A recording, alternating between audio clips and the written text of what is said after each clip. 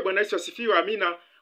Kwa jina naitwa Godfrey Mwalongo, ni mtumishi wa Mungu nayepatikana katika huduma ya Emmanuel Ministry. Leo tena kuleta somo linahusu ndoto. Nini maana ndoto na tafsiri zake kibiblia? Ndoto ni lango kama malango mengine ambayo Mwenyezi Mungu amemwekea mwanadamu yoyote anaishi hapa chini ya jua, ili Mungu apate kuingia kwa mwanadamu, apate kuingia kwako na kumfundisha kanuni, taratibu na sheria zake na njia zake, ili Mungu apate kumwokoa na wengine. Ndoto, Mungu anakuonya hata mambo yatakayowapata wengine baadaye, ili Mungu apate kuokoa wewe, waombee na hao wengine. Leo tunajifunza somo linalohusu ndoto. Ukiota ndoto, umetoka kwenye mji wako, hapo ni kijijini kwako au mji wote, sasa unaenda mjini. Unakwenda mjini zaidi, hata kama upo mjini, lakini unakwenda mjini. Kila mmoja anajua mjini ni sehemu ile sana sana ambayo ina maduka mengi ni ya jumla na rejareja, ambao watu wanakwenda kufunga biashara zao hapo, wanakwenda kuchukua biashara zao hapo, wanakwenda kufunga mizigo yao, au wanakwenda kufunga biashara zao. Unakwenda mjini, upo kijijini, lakini kwenye mji wenu ule uliochangamka, ambao mabasi yanakwenda kijijini, yanakwenda mjini, yanarudi mjini. Kule mjini yanakotoka yale mabasi ambayo yanakwenda kijijini, na kule mjini, kama uko mjini, ni mji mkubwa, ni mji, alafu kuna mji, lakini katikati ya mji kuna mji ambao unahusika na mambo ya biashara za jumla na rejareja. Sasa unatoka hapo mjini kwako, lakini tena unakwenda mjini. Mungu anakujulisha nini? Anakwambia, anakujulisha unaingia kipindi, unakwenda kupata mafanikio.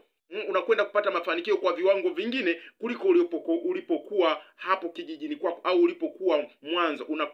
Unaingia msimu, unaenda kufanikiwa zaidi kuliko ulipokuwa mafanikio uliokuwepo naye hapo kwanza.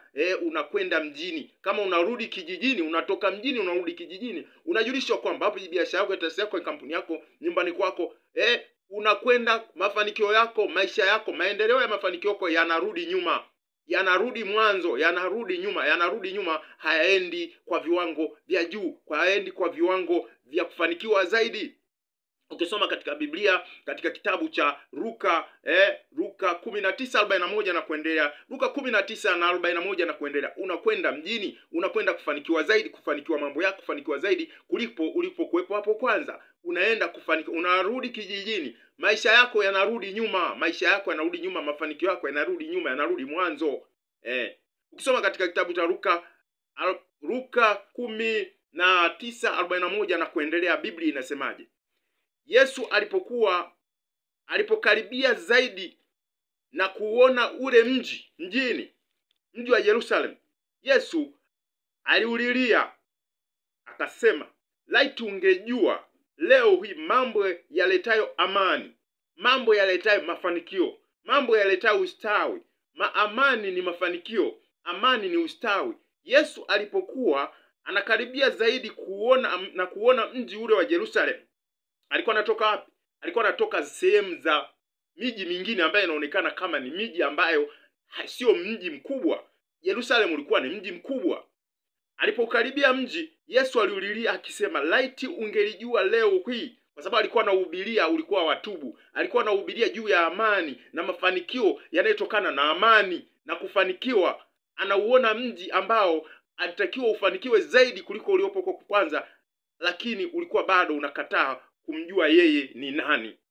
Yesu alipokaribia mji wa Yerusalemu, Yesu aliulilia akisema, laiti ungejua leo hii mambo yaletayo amani, yaletayo mafanikio, lakini sasa yamefichwa machoni pako.